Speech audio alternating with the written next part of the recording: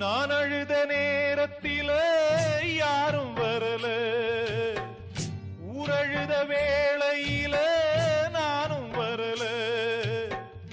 எனக்கென்ன சாபமோ விளங்கலையே, துப்பறிஞ்சு பாக்குறேன் தொலங்கலையே. திசை எங்கே, திசை எங்கே, திசை எங்கே, வழிகாட்டும் ஜீவனில்ல.